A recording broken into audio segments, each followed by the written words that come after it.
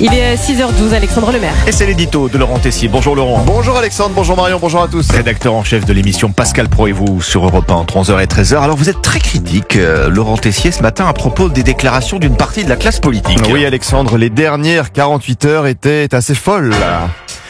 Comment voulez-vous ne pas penser que certains politiciens sont déconnectés du quotidien, du monde réel? Et c'est malheureux de poser cette question, mais j'ai par moment l'impression que c'est une caméra cachée. Hier matin, chez nos confrères de BFM, la ministre de la Transition écologique, Agnès Pannier-Runacher, a lancé sûrement l'une des phrases de l'année alors qu'elle parlait du sujet des ZFE, les zones à faible émission. Alors, d'abord, les moins riches, ils n'ont pas de voiture.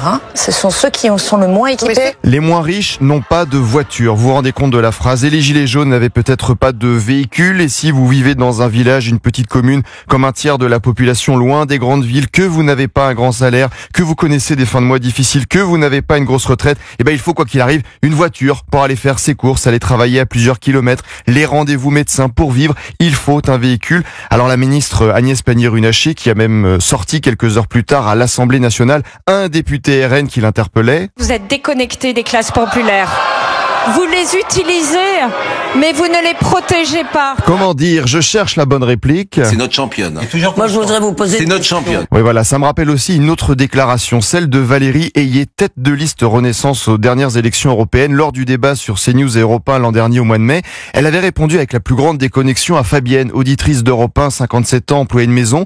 Fabienne gagne entre 1400 et 1500 euros par mois. Elle doit prendre son véhicule pour aller travailler. Elle n'arrive pas financièrement à l'entretenir. Quelle était la réponse de Madame Ayé? Dans le reportage, il était dit que sa préoccupation, c'était de payer le contrôle technique. Je ne sais pas si Fabienne, probablement, a une voiture thermique.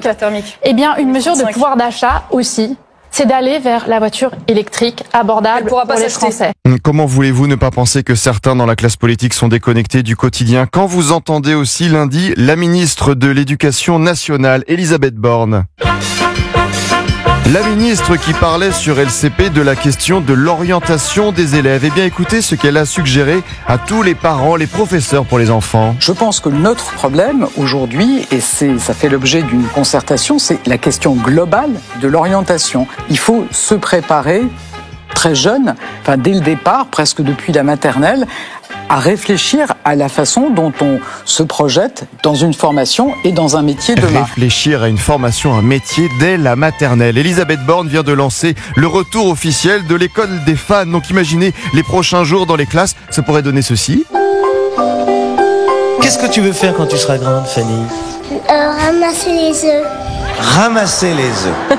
Ça, c'est un joli métier, alors. Et toi, qu'est-ce que tu veux faire quand tu seras grande? Docteur. Ah, docteur. Qu'est-ce qui t'attire dans le métier de docteur? Les sous. Les femmes nues. Hein? Les femmes nues. Les femmes nues. Ah bon, voilà. Bon, ça promet pour la suite. Bon, personnellement, j'ai suivi les conseils de la ministre hier soir. J'ai ma fille 5 ans qui est en grande section à l'école maternelle. Je lui ai demandé son projet professionnel. Elle veut être la Reine des Neiges. On est mal, Alexandre. Évidemment. Mais c'est cadeau pour la musique.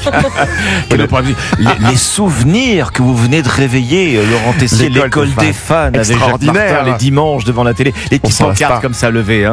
Les parents avec leur caméscope. Et la bonne note forcément de rigueur. Évidemment. Laurent Tessier, merci. Pascal Pro et Nostalgie. vous à partir de 11h tout à l'heure sur Europe 1.